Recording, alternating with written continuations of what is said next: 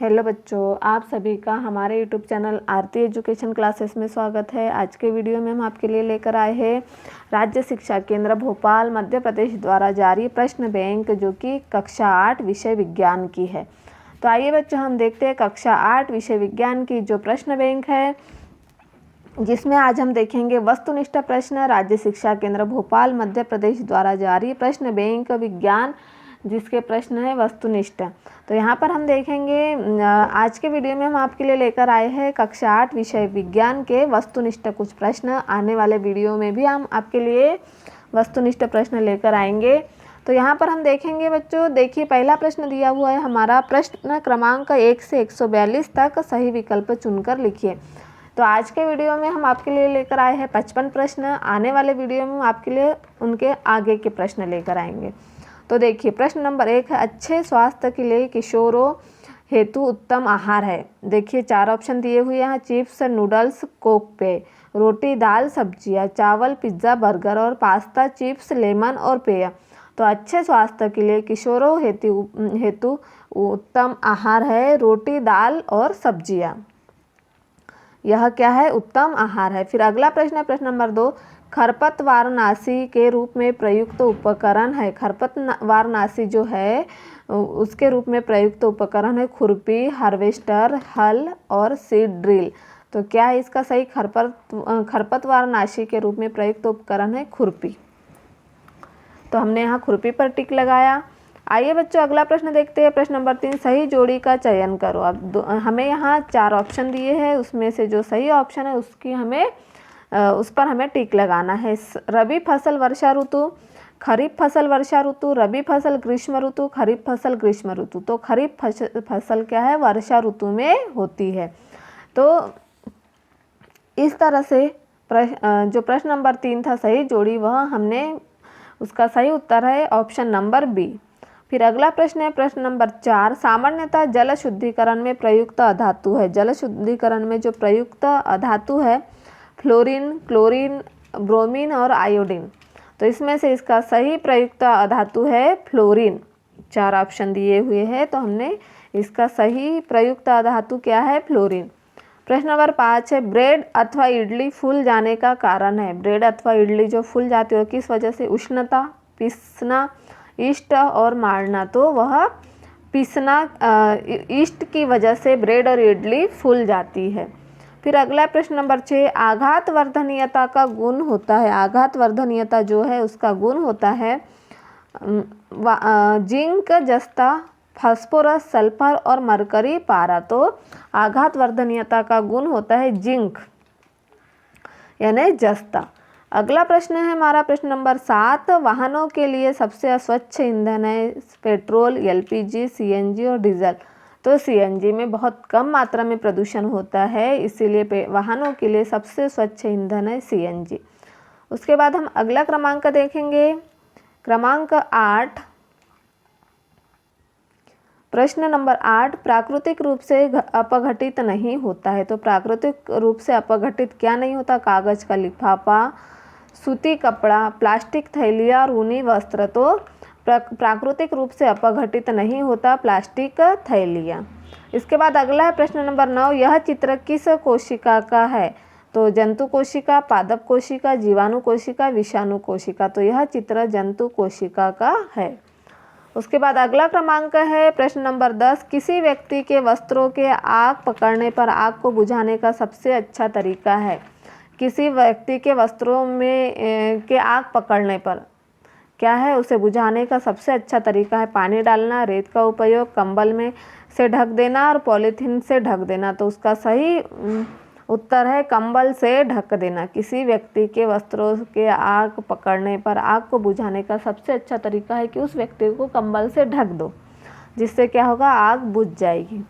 फिर अगला प्रश्न है प्रश्न नंबर 11, सोने और चांदी के पिघलाने के लिए ज्वाला के किस क्षेत्र का उपयोग करते हैं? सोना और चांदी को पिघलाने के लिए ज्वाला के किस क्षेत्र का प्रयोग करते हैं? तो मध्य क्षेत्र, सबसे बाहरी क्षेत्र, सबसे आंतरिक क्षेत्र, निचला क्षेत्र। तो सोने और चांदी को पिघलाने के लिए सबसे बाहरी क्षेत्र, ज्वाला का जो सबसे बाहरी क्षेत्र होता है उसका उपयोग करते हैं।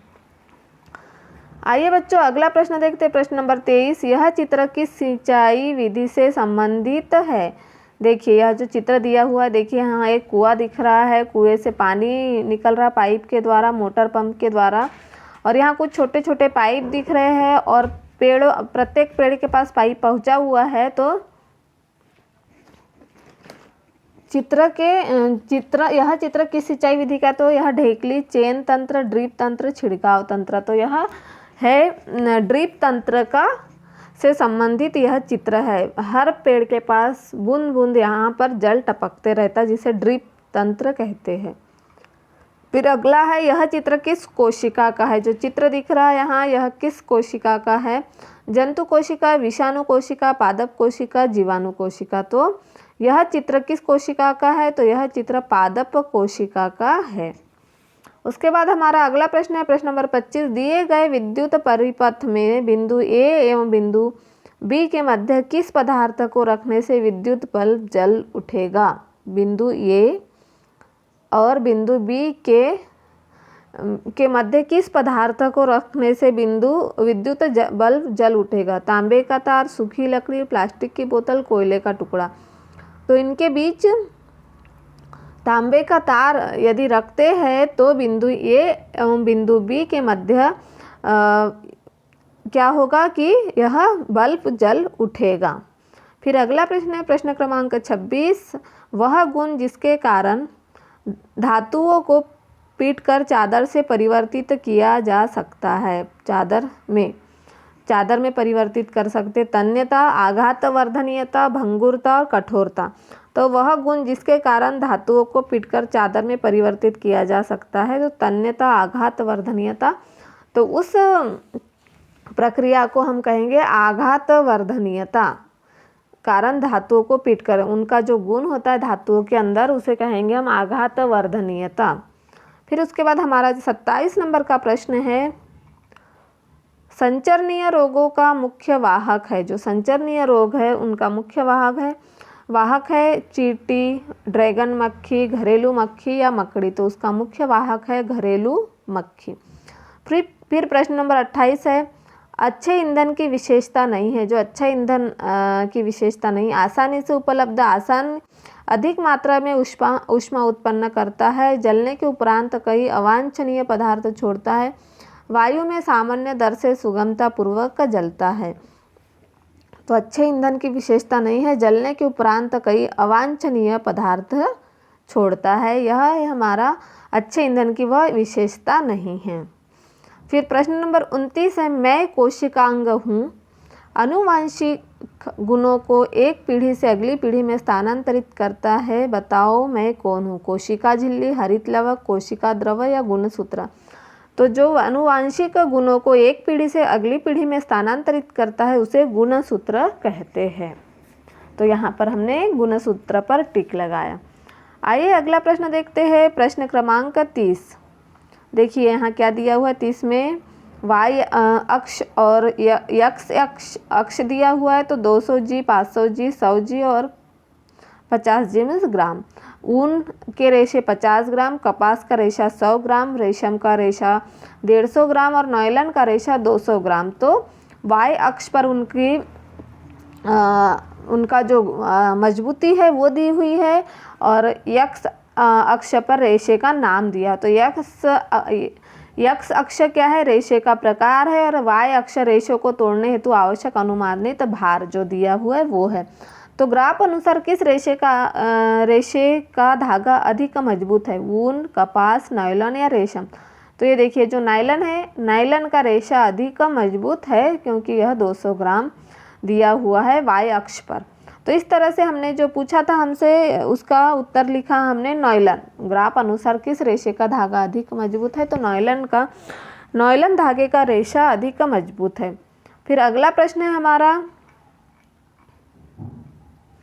प्रश्न नंबर 31, तेल में आग लगने पर जल डालने से नहीं बुझती है क्योंकि तेल जल पर तैरता है, जल तेल पर तैरता है, जल में ऑक्सीजन घुल होती है और जल दहन में सहायता करता है। तो तेल में आग लगने पर जल डालने से नहीं बुझती है क्यों? क्योंकि तेल जल पर तैरता है। तेल क्या है? जल पर तैरता है, इसीलिए तेल में आग लगने पर जल डालने से नहीं बुझती। फिर अगला प्रश्न है प्रश्न क्रमांक 32, किस गैस की अधिक मात्रा ग्लोबल वार्मिंग विश्व उष्णन का कारण है? किस गैस की अधिक मात्रा? तो कार्बन डाइऑक्साइड, हाइड्रोजन, नाइट्रोजन और ऑक्सीजन। तो किस गैस की अधिक मात्रा ग्लोबल वार्मिंग विश्व उष्णन का कारण है? तो कार्बन डाइऑक्साइड गैस की अधिक मात्रा ग्लोबल वार्मिंग यानी विश्व उष्णन का कारण है। फिर अगला प्रश्न नंबर 33, टेडपोल जिस प्रक्रम द्वारा वयस्क में विकसित होता है वह है निषेचन, कायांतरण, रोपण और मुकुलन। तो टेडपोल जिस प्रक्रम द्वारा वयस्क में विकसित होता है वह है कायांतरण। तो हमने यहाँ पर कायांतरण पर टिक लगाया, आप भी इसे कायांतरण पर टिक लगा लीजिए। फिर अगला है निम्नलिखित में से किस ईंधन का ऊष्मीय मान सबसे अधिक है, सबसे कम है? लकड़ी, गोबर के उपले, कोयला और पेट्रोल। तो गोबर के उपले का ऊष्मीय मान सबसे कम है, तो हमने यहाँ पर टिक लगाया। फिर अगला प्रश्न नंबर 35, फास्फोरस वायु के संपर्क में आने पर आग पकड़ लेता है, अतः इसे रखा जाता है मिट्टी के तेल में, अम्ल में, क्षार में और जल में। तो फास्फोरस वायु के संपर्क में आने पर आग पकड़ लेता है, अतः इसे रखा जाता है जल में। इसका सही उत्तर क्या है? जल में। स्त्रियों में जनन आयु का प्रारंभ उस समय होता है जब उनमें ऋतुस्राव प्रारंभ होता है, स्तन विकसित होना प्रारंभ होता है, शारीरिक भार में वृद्धि होने लगती है, शरीर की लंबाई बढ़ती है। तो स्त्रियों में जनन आयु का प्रारंभ उस समय होता है जिस समय उनमें ऋतुस्राव प्रारंभ होता है। अगला प्रश्न है प्रश्न नंबर 37, जैवमंडल आरक्षित क्षेत्र के संबंध में उपयुक्त कथन है। जैवमंडल क्या है? आरक्षित क्षेत्र के संबंध में उपयुक्त कथन है। तो स्थानीय प्रजातियों के संरक्षण हेतु क्षेत्र, जैव विविधता और क्षेत्रीय संस्कृति संरक्षण हेतु क्षेत्र, जानवरों के संरक्षण हेतु क्षेत्र, वायुमंडल संरक्षण हेतु क्षेत्र। तो जैवमंडल आरक्षित क्षेत्र के संबंध में उपयुक्त कथन है स्थानीय प्रजातियों के संरक्षण हेतु क्षेत्र। तो यहाँ पर हमने टिक लगा लिया। आप भी इसे ध्यान से समझ लीजिए, पढ़ लीजिए, क्योंकि आपकी वार्षिक परीक्षा में इन्हीं प्रश्नों में से कुछ प्रश्न लगभग आने वाले हैं, इसीलिए आप अच्छे से तैयारी कर लीजिए। फिर हमारा अगला प्रश्न है प्रश्न क्रमांक 38, मनुष्य में जनन प्रक्रम का सही अनुक्रम। तो युग्मक निर्माण, निषेचन, युग्मनज और भ्रूण। मनुष्य में जनन प्रक्रम का सही अनुक्रम है अ, ब, स, द, यानी अ युग्मक निर्माण, फिर निषेचन, फिर युग्मनज और फिर भ्रूण। यह क्या हो गया? मनुष्य के जनन का प्रक्रम का सही अनुक्रम है। फिर अगला प्रश्न नंबर 39, सही जोड़ी का चयन करिए। मक्का रबी, मटर खरीफ, गेहूं रबी और मूंगफली रबी। तो सही जोड़ी का चयन, सही जोड़ी क्या है? गेहूं रबी। इसकी सही जोड़ी क्या है? गेहूं और रबी। तो हमने यहाँ पर टिक लगाया, आप भी इसे अपने बुक में लिख के टिक लगा सकते हैं। प्रश्न नंबर 40, नीले लिटमस पत्र को लाल कर देने वाले विलयन की प्रकृति होगी अम्लीय, क्षारीय, उदासीन और उभयधर्मी। तो नीले लिटमस पत्र को लाल कर देने वाले विलयन की प्रकृति होगी अम्लीय। इसकी प्रकृति क्या होगी? अम्लीय। आइए अगला प्रश्न देखते हैं प्रश्न क्रमांक 41, पैराशूट और रस्सों में प्रयुक्त रेशा है। जो पैराशूट और रस्सों में प्रयुक्त रेशा है कपास, ऊन, रेशम और नायलॉन। तो देखिए पैराशूट और रस्सों में जो प्रयुक्त रेशा होता है वो क्या होता है? नायलॉन, क्योंकि नायलॉन की मजबूती बहुत अधिक होती है कपास, रेशम और ऊन के रेशे की अपेक्षा। तो यहाँ पर हमने नायलॉन पर टिक लगाया। अगला प्रश्न है प्रश्न नंबर 42, सिंचाई तंत्र जिसमें जल बूंद बूंद करके सीधे पौधों की जड़ों में गिरता है। जो सिंचाई तंत्र है जिसमें जल बूंद बूंद करके कहाँ जो सीधे पौधों की जड़ों में गिरता है, छिड़काव तंत्र, ड्रिप तंत्र, उत्तोलक तंत्र और घिरनी तंत्र। तो सिंचाई तंत्र जिसमें जल बूंद बूंद करके सीधे पौधों की जड़ों में गिरता है उसे क्या कहेंगे? ड्रिप तंत्र। प्रश्न 43, किस धातु की पन्नी फॉइल का उपयोग भोज्य पदार्थों को लपेटने में होता है? तो आयरन की, एल्यूमिनियम की, कॉपर की, कैल्शियम की। तो एल्यूमिनियम धातु की पत्री यानी उसकी फॉइल का उपयोग भोजन पदार्थों को लपेटने में किया जाता है। उसके बाद अगला प्रश्न है प्रश्न क्रमांक 44, सही युग्म का चयन कीजिए। फसल की जुताई हार्वेस्टर, फसल की बुआई सीड ड्रिल और फसल की कटाई कल्टीवेटर और फसल की सिंचाई कंबाइन। तो देखिए बच्चों, जो फसल की जुताई क्या होती है वह हार्वेस्टर से नहीं होती, क्योंकि फसल की कटाई हार्वेस्टर से होती है और जुताई कैसे होती है कल्टीवेटर से। फसल की बुआई सीड ड्रिल से होती है, ये सही ऑप्शन है। फसल की कटाई कल्टीवेटर से नहीं होती, वह हार्वेस्टर से होती है। और फसल की सिंचाई कंबाइन, मतलब उसमें बहुत सारी चीज़ें होती है, ड्रिप तंत्र, तुषार सिंचन, इस तरह से अलग अलग फसल की सिंचाई होती है। अगला प्रश्न है प्रश्न नंबर 45, जलती हुई मोमबत्ती पर गिलास उल्टा रखने से कुछ समय बाद मोमबत्ती बुझ जाती है, इसका कारण है क्या है? इसका कारण ऑक्सीजन की अनुपलब्धता, ऑक्सीजन की उपलब्धता, मोम की अनुपलब्धता और मोम की उपलब्धता। तो जलती हुई मोम पर गिलास उल्टा रखने से कुछ समय बाद मोमबत्ती बुझ जाती है, इसका कारण है ऑक्सीजन की अनुपलब्धता। ऑक्सीजन वहाँ पर क्या होता, ख़त्म हो जाता है, इसीलिए वहाँ मोमबत्ती बुझ जाती है। अगला है प्रश्न क्रमांक 46, दिए गए चित्र में एल एम एन ओ बिंदु में से किस बिंदु पर सबसे अधिक ताप होगा? देखिए यहाँ पर बिंदु दिए हुए हैं एल एम एन ओ, तो इसमें देखेंगे हम बिंदु ओ, बिंदु एल, बिंदु एम और बिंदु एन। तो किस बिंदु पर सबसे अधिक ताप होगा? तो बिंदु एम पर सबसे अधिक ताप होगा। आइए अगला प्रश्न देखते हैं प्रश्न नंबर 47, जीवाणुओं से होने वाले दो रोग कौन कौन से हैं? मलेरिया, हैजा, टाइफाइड पोलियो, हैजा टाइफाइड, खसरा मलेरिया। तो जीवाणु से होने वाले रोग है हैजा और टाइफाइड। अगला प्रश्न है प्रश्न नंबर 48, लार्वा से वयस्क जंतु में बदलने की प्रक्रिया कहलाती है। जो लार्वा से वयस्क जंतु में बदलने वाली जो प्रक्रिया होती है वह कहलाती है निषेचन, रोपण, कायांतरण या मुकुलन। तो लार्वा से वयस्क जंतु में बदलने की प्रक्रिया कहलाती है कायांतरण। उसे क्या कहेंगे? कायांतरण। गर्भस्थ शिशु के लिंग निर्धारण के लिए उत्तरदायी है। जो गर्भस्थ शिशु है उसके लिंग निर्धारण के लिए कौन उत्तरदायी है? माता, माता पिता, पिता या माता पिता दोनों। तो पिता के अनुसार गर्भस्थ शिशु के लिंग का निर्धारण होता है। फिर है प्रश्न नंबर 50, मैं एक कोशिकांग हूँ। मैं क्या हूँ? एक कोशिकांग हूँ। मुझ में प्रकाश संश्लेषण की क्रिया होती है, बताओ मैं कौन हूँ? जिसमें प्रकाश संश्लेषण की क्रिया होती है तो बताओ मैं कौन हूँ? तो हरित लवक, रिक्तिका, कोशिका भित्ति या केंद्रक। तो मैं एक कोशिका हूँ, मुझ में प्रकाश संश्लेषण की क्रिया होती, बताओ मैं कौन हूँ? तो मैं हरित लवक हूँ। कौन है? हरित लवक, जिसमें प्रकाश संश्लेषण की क्रिया होती है। फिर हमारा अगला प्रश्न है प्रश्न क्रमांक 51, दी गई सारणी में आयु अंतरालियों लड़कों तथा लड़कियों की अनुमानित लंबाई के आंकड़े दर्शाए गए हैं। जो सारणी दी गई है उसमें आयु के अंतरालियों लड़कों एवं लड़कियों की अनुमानित लंबाइयों आंकड़े दर्शाए गए हैं। तो देखिए यहाँ आयु वर्षों में 4 से 8, 8 से 12, 12 से 16 और 16 से 20।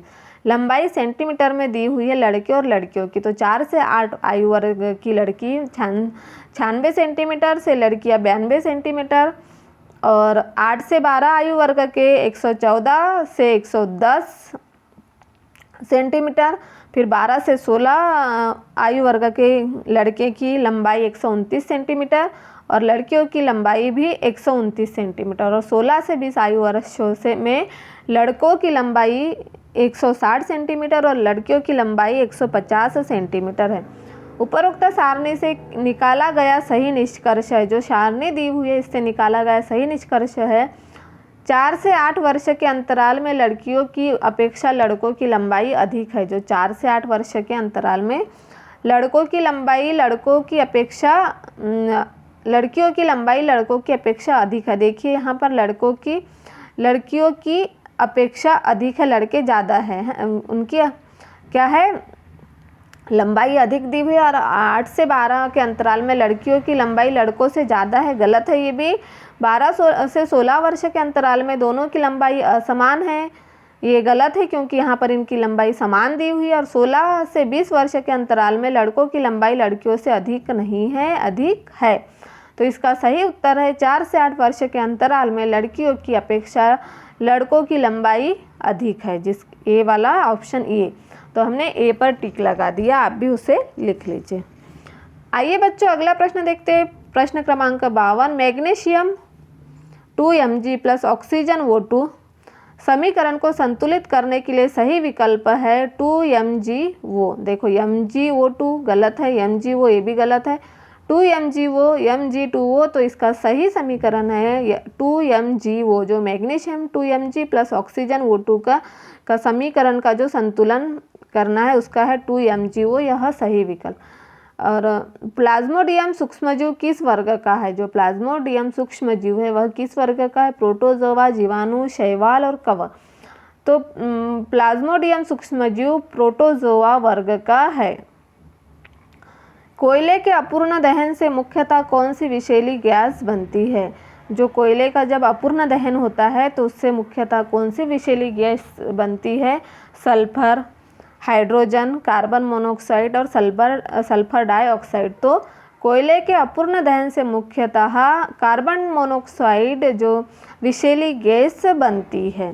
फिर अगला प्रश्न है प्रश्न नंबर 55, लुप्तप्राय प्रजातियों के बारे में कौन सा कथन सत्य है? जो लुप्तप्राय प्रजातियों के बारे में कौन सा कथन असत्य है? तो उनकी संख्या में काफ़ी कमी आई है, वे निकट भविष्य में विलुप्त हो सकते। जो लुप्तप्राय प्रजातियां हैं वे निकट भविष्य में विलुप्त हो सकते हैं।